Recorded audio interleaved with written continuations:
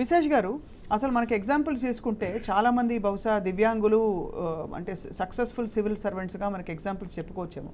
కానీ as a nature of a job కొన్నిటికి కొన్ని ఫ్యాకల్టీస్ ఉండాలి అనే చందంగా చూస్తే సివిల్ సర్వీసెస్కి దివ్యాంగులు అర్హులు కారు అనే స్టేట్మెంట్లో ఎంత వాస్తవం ఉందంట? ఫస్ట్ పాయింట్, ఆమె సివిల్ సర్వీసెస్ మొత్తానికి అనలేదు. ఐఏఎస్, ఐపీఎస్, ఐఎఫ్ఓఎస్ ఈ 3 సర్వీసులకు సంబంధించి ఎక్కువ శ్రమ, ఎక్కువసేపు పనిచేయాల్సిన అవసరం ఉంటుంది. కాబట్టి అటువంటి శక్తి సామర్థ్యాలు తక్కువగా ఉండే దివ్యాంగులకు ఎందుకు రిజర్వేషన్ ఇవ్వాలనేది ఆమె ఉద్దేశం.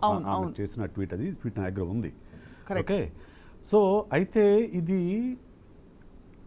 ఒక ఐఏఎస్ ఆఫీసర్గా స్మితా సబర్వాల్ చేసిందని నేను అంత అనుకోవట్లేదు. అవును, Smita Sabharwal as an individual, correct, okay, as a person who is against reservations చేసిందని నేను భావిస్తున్నా. ఎందుకంటే మన సమాజంలో చాలామంది ఐఏఎస్, ఐపీఎస్ ఆఫీసర్లు కానివ్వండి, ప్రభుత్వ అధినేతలు కానివ్వండి, చాలామంది ఎంత పెద్ద స్థాయిలో ఉన్న వాళ్లకు కూడా రిజర్వేషన్స్ పట్ల ఒక రకమైన వ్యతిరేకత ఉంది. అవును, వీళ్ళు ఏదో మన జాబ్స్ లాక్కెళ్తున్నారు, వీళ్ళు మనకు మెరిట్ ఉన్న వాళ్ళకి నాశనం చేస్తున్నారనే ఒక దురభిప్రాయం ఖచ్చితంగా ఉంది. కరెక్ట్. సో దానివల్ల ఏమవుతుందంటే అయితే దానివల్ల ఇటువంటి కామెంట్స్ అప్పుడప్పుడు మనం వింటూ ఉంటాం రిజర్వేషన్కి వ్యతిరేకంగా. ఈ కామెంట్ అయితే నేను పర్టికులర్గా ఏమనుకుంటున్నా అంటే ఆ పూజా ఖేట్కర్ ఎవరో ఉన్నారు కదా, ఆ నేపథ్యంలోనూ ఇంకో 4-5 కేసులు బయటపడ్డాయి. ఇటువంటి డిజబిలిటీకి సంబంధించిన దొంగ సర్టిఫికెట్లు పెట్టి సో వాళ్ళు ఐఏఎస్కి ఎంపిక అయ్యారు అనేది ఒక ఇదైతే బయటకు వచ్చింది. అంటే దొంగ సర్టిఫికెట్లు ఎవరు పెట్టినా ఖండించాలి, అది వేరే సంగతి. సరే, ఇప్పుడు ఆమె దొంగ సర్టిఫికెట్ల కోసమే అని ఉంటే మనం ఇంత చర్చించుకునే వాళ్ళం కాదు. ఆమె డైరెక్ట్గా దీనివల్లనే ఇంత చర్చ జరుగుతుంది. రాష్ట్ర వ్యాప్తంగా, దేశవ్యాప్తంగా దీని మీద అవుట్ క్రై నడుస్తుంది. ఎందుకు నడుస్తుంది? ఆమె ఇలా మాట్లాడింది కాబట్టి. కానీ ఇదే విషయము అసలు సివిల్ సర్వీసెస్ ఏమాత్రము కొంచెం కూడా చెక్ చేసుకోకుండా అంత దొంగ సర్టిఫికెట్ వాళ్ళని సివిల్స్కి ఎంపిక చేయడం ఏంటి, వాళ్ళని ట్రైనింగ్ పంపించడం ఏంటి, వాళ్ళంతటా వాళ్ళు బయటపడేందుకు కనుక్కోకపోవడం ఏంటి? ఇంతకంటే దరిద్రపు వ్యవస్థ ఏ దేశంలోనైనా ఉందా? అంటే దాని మీద చర్చ నడిచిందా? దాని మీద చర్యలు తీసుకున్నారా?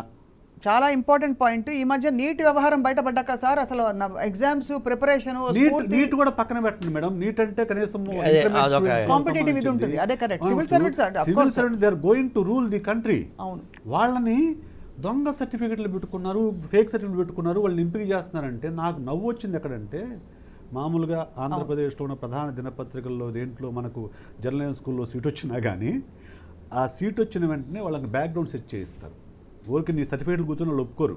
అవునవును, వాళ్ళ సర్టిఫికెట్లు చూసిన తర్వాత వీళ్ళ వెనక నిజమేనా, వీళ్ళు చదివారా, లేకుంటే వీళ్ళు వాళ్ళ ఆర్థిక స్థితి వాళ్ళు చెప్పినట్లే ఉందనేది మొత్తం బ్యాక్గ్రౌండ్ సెట్ చేసిన తర్వాత వాళ్లకు జర్నలిజం స్కూల్లో సీట్ ఇస్తారు.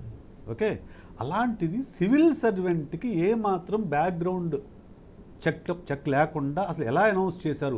అది వాళ్ళ ఫాదర్ ఏమో ఒక సివిల్ హయ్యర్ ఆఫీసర్ ఉన్నా అంట, ఆయన ఏమేమో మా ఫాదరు ఆదాయం ఎంతని పెడుతుంది, సర్టిఫికేట్ పెడుతుంది, దాన్ని అనుమతిస్తారు, యాక్సెప్ట్ చేస్తారు. ఆమె ప్రవర్తన వల్ల ఆమె బయటపడింది తప్ప మళ్ళీ సివిల్స్ ఇదేమీ ఎంక్వైరీ వల్ల కాదు, ఆమె ప్రవర్తన వల్ల ఆమె బయటపడింది. ఓకే, సో ఇటువంటివి చర్చలోకి రావడం కోసం ఇది పోస్ట్ చేసిందని నాకు ఒక డౌట్. అయితే ఇక్కడ ఈ సారాంశం ఉద్దేశం కనుక డిజబిలిటీకి సంబంధించిన వాళ్ళు అర్హులు కాదంటే అంతకంటే ఘోరమైన పోస్ట్ ఇంకొకటి లేదు. అంటే వివక్ష.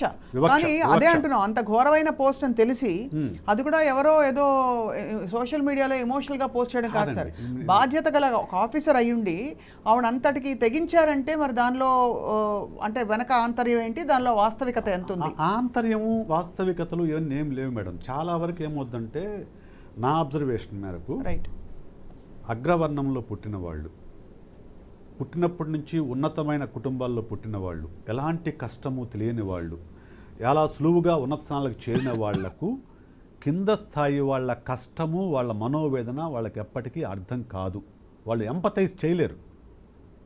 కొంతమంది చేయగలుగుతారు, చాలా తక్కువ మంది. చాలామంది ఎంపథైజ్ చేయలేరు కాబట్టి వాళ్ళు మేము ఇంత కష్టపడి సివిల్స్ వస్తున్నాము, వాళ్ళు రిజర్వేషన్స్ వస్తున్నారనే ఫీలింగ్ ఎక్కడో మనసులో అంత బలంగా ఉండి ఉంటుంది. సో అది ఇప్పుడు కాంటెక్స్చువల్గా అది బయటకు వచ్చింది. కాంటెక్స్చువల్గా ఆమె ట్వీట్ చేసి పడేసింది. సో ఇది ఎంపతి లేకపోవడం వల్ల వచ్చిన ట్వీట్. అవును. ఏది ఒక ఒక వికలాంగులు సివిల్ సర్వీస్ దాకా రావాలి అని అంటే ఇప్పుడు మొన్ననే ఆ శ్రీకాంత్ అనే ఒక సినిమా రిలీజ్ అయిందండి. ఒక కళ్ళున్న మన ఇండస్ట్రియలిస్ట్ అయ్యాడు. ఒక కళ్ళున్న మనము ఒక స్థాయి నుంచి పైకి ఎదగాలంటే మనకుండే మానసిక బంధనాల వల్ల కానివ్వండి, మనకుండే ఇన్సెక్యూరిటీ వల్ల కానివ్వండి, వాటిని దాటి బయట వెళ్ళకి అక్కడ వాళ్ళు అక్కడే ఉండిపోతాం. అలాంటిది దివ్యాంగులుగా ఉన్న వాళ్ళు వాటన్నిటిని ఓవర్కమ్ చేసి సివిల్ సర్వీస్ దాకా రాయాలని ఆలోచన రావడము, ఆ ఆలోచనని ఆచరణలోకి పెట్టి వాళ్ళు సివిల్ సర్వీసెస్ క్రాక్ చేసేదాకా వచ్చారంటే వాళ్ళ మనోస్థైర్యానికి, వాళ్ళ యొక్క కమిట్మెంట్కి ఖచ్చితంగా కూడా ప్రాధాన్యం ఇవ్వాల్సిందే. అవును, తప్పకుండా. ఆ బాధ తెలియని వాళ్ళే ఇటువంటి ట్వీట్ చేస్తారు. సార్ ఇప్పుడు